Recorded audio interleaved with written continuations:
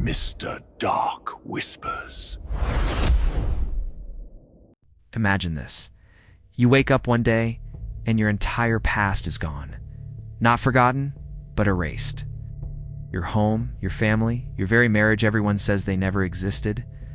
They tell you it's all in your head, a delusion, a sickness of the mind. You spend years fighting, screaming into the void, only to finally accept that you're broken. But what if after all that time, a single, impossible flicker of light pierces the darkness? What if the past you fought so hard to bury was real all along? This is the story of how I lost my life, my sanity, and then, against all odds, found a ghost of the truth. If you've ever felt utterly alone in your own mind, questioning your reality, or simply craving the undeniable truth, then hit that like button, subscribe, and prepare yourself. Because this story is about fighting for your sanity against an invisible enemy, finding vindication in the most chilling way imaginable. I lost contact with my husband Eric on the 30th of April, 1986. That date is burned into my soul, a scar on the timeline of my existence.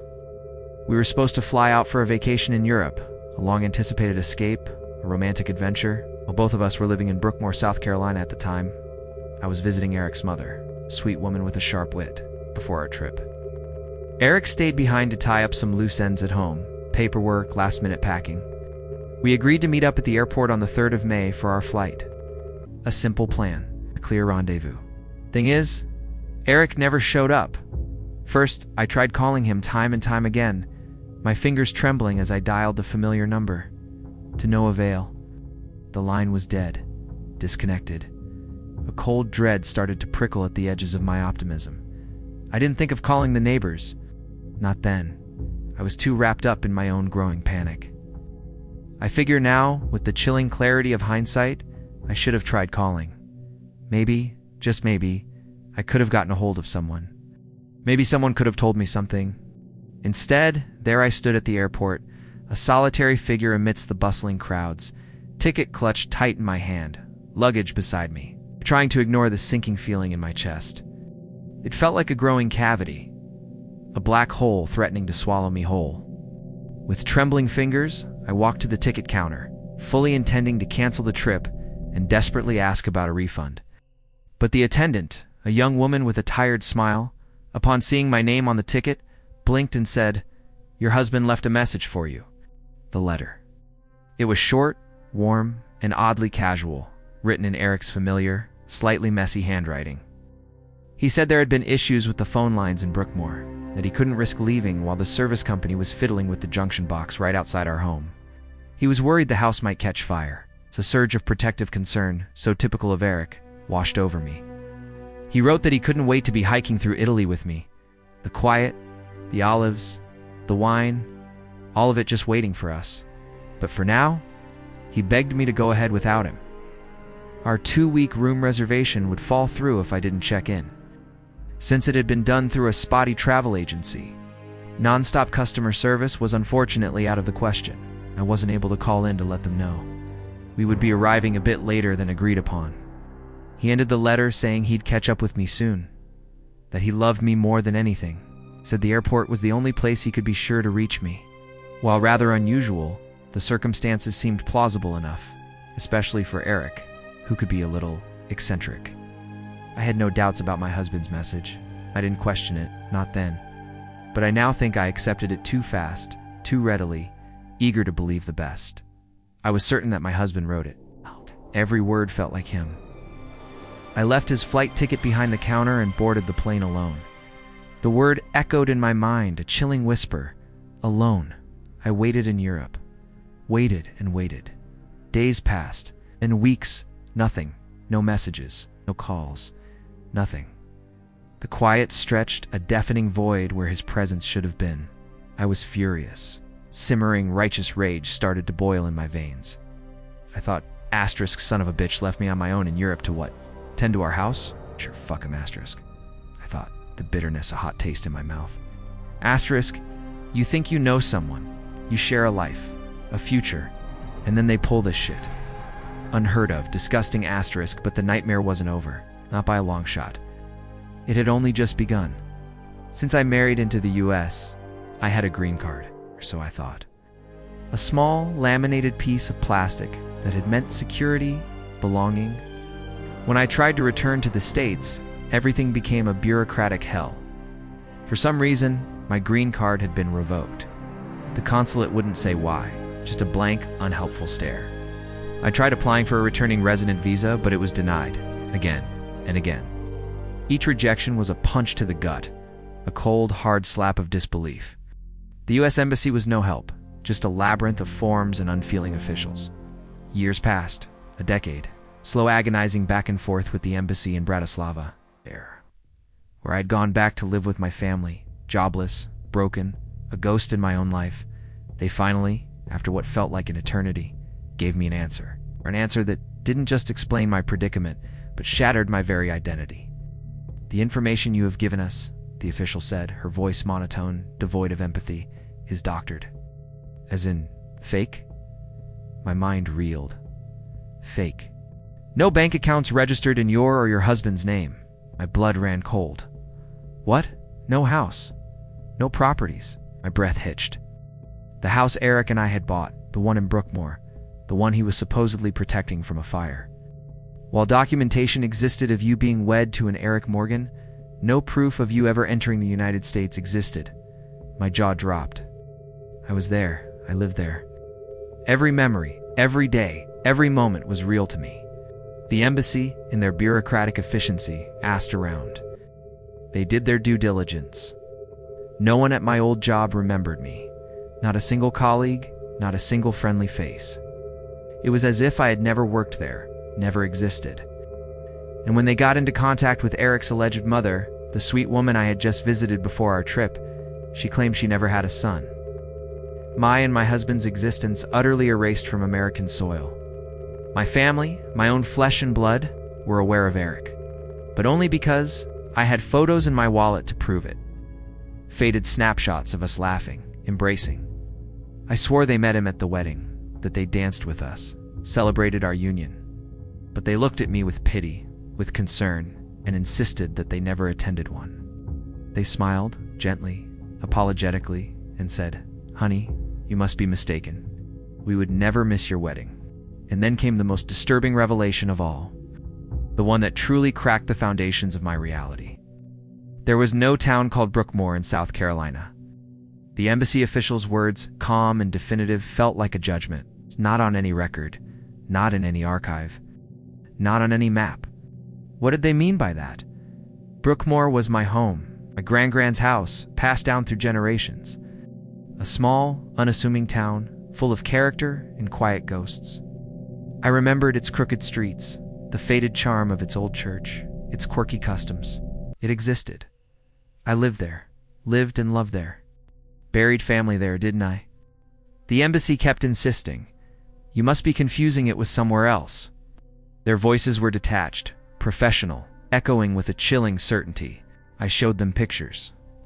Of the house, the one Eric and I had made a home. Of the church where we had planned to baptize our future children. They dismissed it all, claimed it could have been anywhere. Any old house, any generic church. They looked at me like I was broken, delusional. My own family, my only tether to reality, started to express doubt.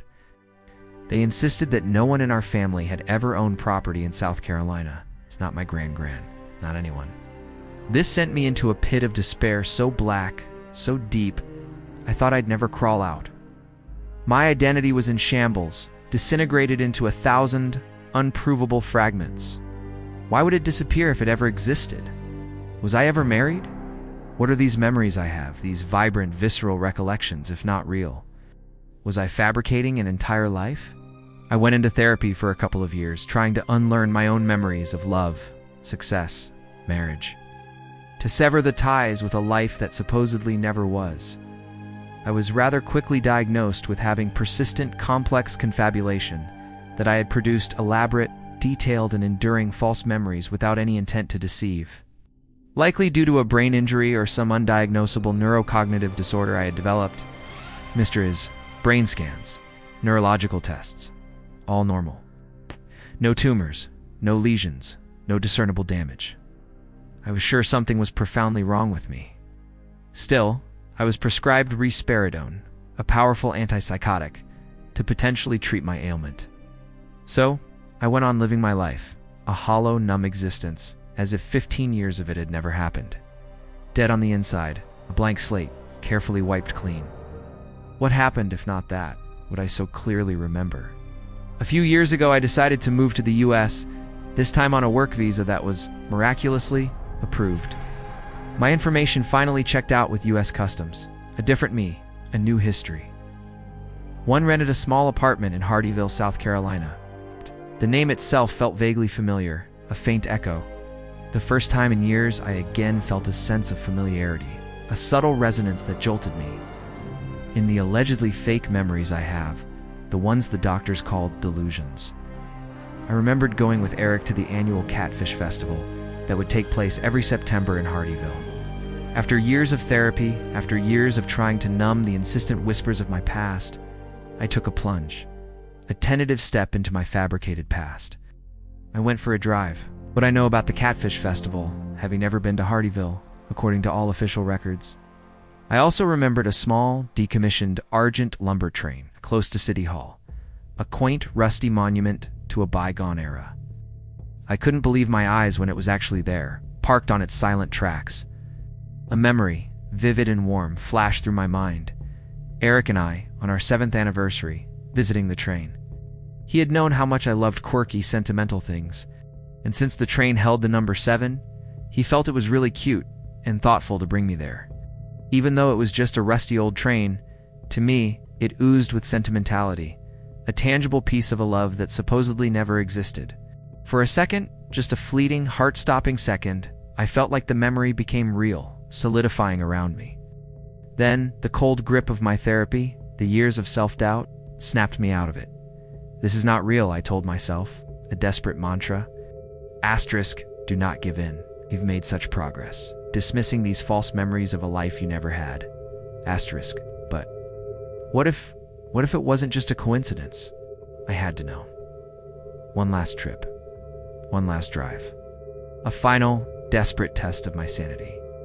Following only the fragments of my supposed false memory, the phantom roadmap etched into my brain, I left Hardyville, drove deep into the woods, into the creeping twilight.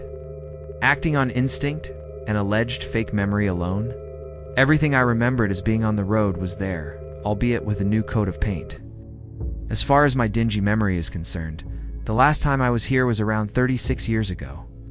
So of course everything would be freshened up and modernized. I recalled the street names, the turns, the precise placement of the stop signs.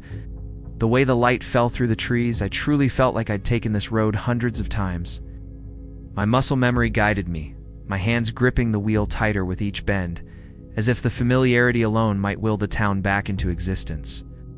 My hope, a fragile, desperate thing, swelled with each passing landmark. But then it stopped.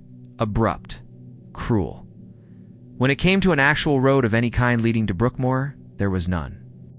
Where I remembered an exit, there were only dense forests and impenetrable trees, a solid green wall. Where there had been a sign pointing to Brookmoor, guiding me home, it had been as if nothing had ever been there, just empty air.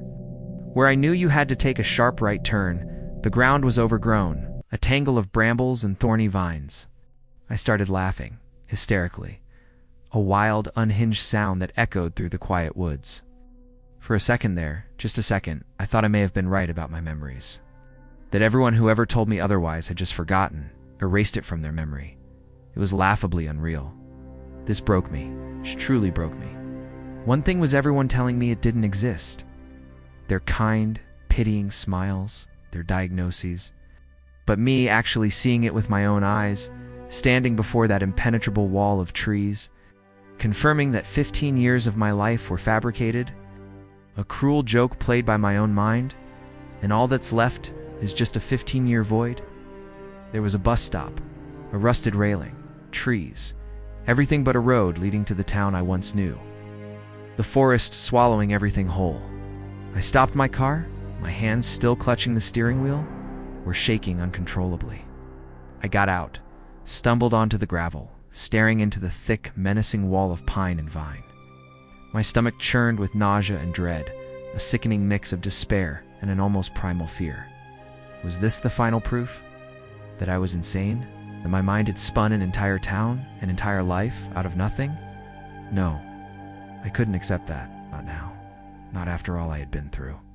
I marched into the woods, thinking with a frantic, desperate logic that I'd make a road of my own. I'd hack through the green wall. I'd find it. The trees were densely clumped together, their branches intertwining, forming an almost solid barrier. Through pure hysteria and adrenaline, a furious, irrational energy, I kept on pushing through. Tree branches, thick and unforgiving, scratched at my face, burrowing into my arms, leaving angry red welts. My eyes teared up, stinging from the effort and the sheer, overwhelming frustration. I kept on hacking through the dense forest like a madwoman, shouting and sobbing and clawing at brambles that dug into my palms, leaving painful punctures. I lost my footing twice, slid down a muddy slope, tore a gash in my leg. I didn't care. Pain was irrelevant. I just kept on moving, stumbling forward with sticks in my hair and blood soaking into my jeans. Maybe it is still here somewhere, I thought, a desperate, fading whisper of hope. I screamed for Eric, screamed for the town, screamed for anyone, anything. My voice cracked, raw and strained, quickly getting drowned in the overwhelming sea of green, the indifferent rustling of leaves. At some point, despite their monstrous presence, the trees were letting a warm breeze brush against their foliage. Letting it whistle through the few gaps between the branches and leaves they so graciously offered. I felt the breeze enveloping my wounds, tasting my exposed flesh, slowly crafting a silk cover between me and the outside world, seeping into my gaping wounds. I could feel it blowing under my skin, taking ownership of me bit by bit. A sensation I can't say I've ever felt before. Every step forward felt like I was walking against something primal, as if going against the will of the gods, as if the forest itself was resisting me, telling me to turn back. And lo and behold, after 20 minutes, half hour, maybe longer time had no meaning there going in what I thought was one direction, I crawled out right next to the bus stop. Back where I started, I was so absorbed by emotion and the suffocating whispers of the breeze, the subtle, insidious presence that seemed to have followed me, that I must have turned back around at some point, without realizing. Broken down, robbed of my will to go on, I fell to my knees in the mud, defeated. "Where are you?" I screamed, my voice hoarse, raw with despair. Why did I have to leave my memories? Why couldn't I have lived with my fabrications for a bit longer? Deep within me, I was expecting some kind of answer, a sign, a whisper from the void. But there was only quiet, and the whistling of the wind, a cruel, indifferent sound. This was a wake-up call for me, the final brutal confirmation. My memories were just delusions. I went back to Hardyville, my spirit crushed. Took me some time, but I accepted my situation, took my meds, letting the numbness return, a comforting blanket over the raw wound of my mind, living a carefree life. I've decided to not make it people's problem anymore. I convinced myself I was in the wrong, or so I thought. Why have I decided to share my story now? Because a few days ago, everything changed. Again, it was a quiet night. It's just me, a glass of wine, and some YouTube true crime content. My guilty pleasure, a way to escape into other people's nightmares far removed from my own. While scrolling through what to watch, there it was. I almost skipped it, my thumb hovering over the next suggestion. My breath caught in my throat. The color drained from my face, leaving me pale and cold. It's as if seeing an old friend, someone you buried deep down in your subconscious. But now, after all those years, they are here, standing in front of you, staring deep into your soul. Staring at me, a thumbnail. The unmistakable logo of Channel 72, Brookmoor's local TV station. What I was feeling was visceral. I got a hot flash in my head. Felt like a raging fire was trying to escape the confines of my skull. A sudden, blinding heat. I started feeling lightheaded, my heart beating like a war drum, deafening, echoing in my ears. How is this real? How could this be? How can this exist? I thought it was all only in my memories, in my delusions. A cruel fabrication of a broken mind. But suddenly it's here, so very real, searing into my brain. The thumbnail showed an image, a lone pine tree standing proud with the call sign WBRMCA. It seems to be a recording from an old Channel 72 broadcast, but it's been tampered with, warped, over-recorded, like a ghost in the machine. The ominously named YouTube channel, There Is No Home, appeared out of nowhere. And then I felt it. A profound sense of vindication. It seems someone has somehow found some evidence of the town's existence. It seems like it goes beyond what I remember.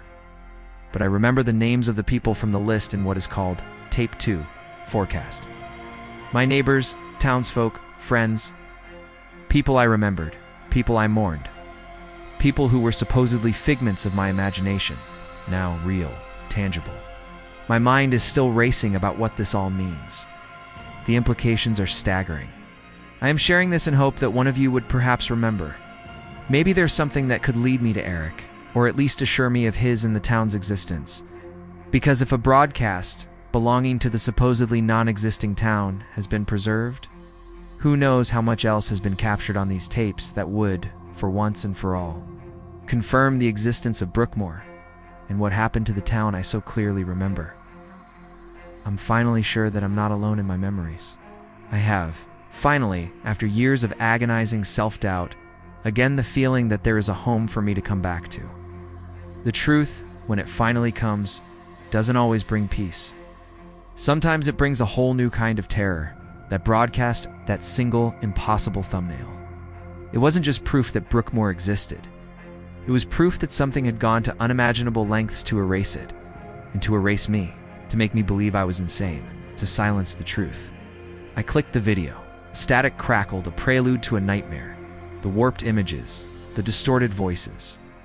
And then at the very end of the short clip, a final frame, an image that burned itself into my mind. Not a pine tree, not a forecast. It was a close-up, grainy and distorted, of a face I knew. My gran-gran. Her eyes wide and terrified, staring directly into the camera, her lips moving but no sound coming out. Just a silent, desperate plea. And behind her, barely visible in the shadows, a shape too tall, too thin, with something impossibly long and dark reaching for her. And in the corner of the screen, just before the video cut out, a flicker, a name. Not gran-gran's, not a neighbor's. A name that made my blood run cold. The same name as the man who offered David Walker millions to stay inside his apartment. The same insidious force that twisted reality, that erased lives. It wasn't just my memories. It wasn't just my town. It was something far bigger.